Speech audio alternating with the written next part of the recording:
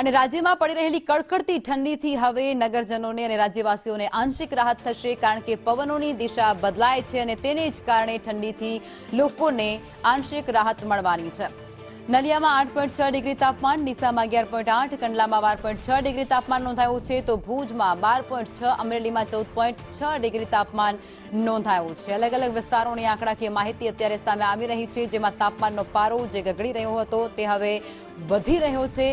ભુજમાં 12.6 ડિગ્રી તાપમાન નોંધાયું, તો અમરેલીમાં 14.6, ગાંધીનગરમાં 15.5 અને દ્વારકામાં 15.6 ડિગ્રી તાપમાન રહ્યું છે। વાત અમદાવાદની, અમદાવાદમાં તાપમાન વધ્યું છે અને 15.9 ડિગ્રીએ પહોંચી ગયું છે। રાજ્યમાં જે ઠંડીનો ચમકારો દેખાયો હતો તેની અંદર હવે લોકોને આંશિક રાહત મળવાની છે, કારણ કે તાપમાનનો પારો જે હવે વધી રહ્યો છે। તો રાજ્યવાસીઓ જે ઠંડીમાં ઠૂંઠવાતા હતા તેમાંથી હવે તેમને થોડી રાહત મળવાની છે, કારણ કે પવનોનું જોર ઘટ્યું છે।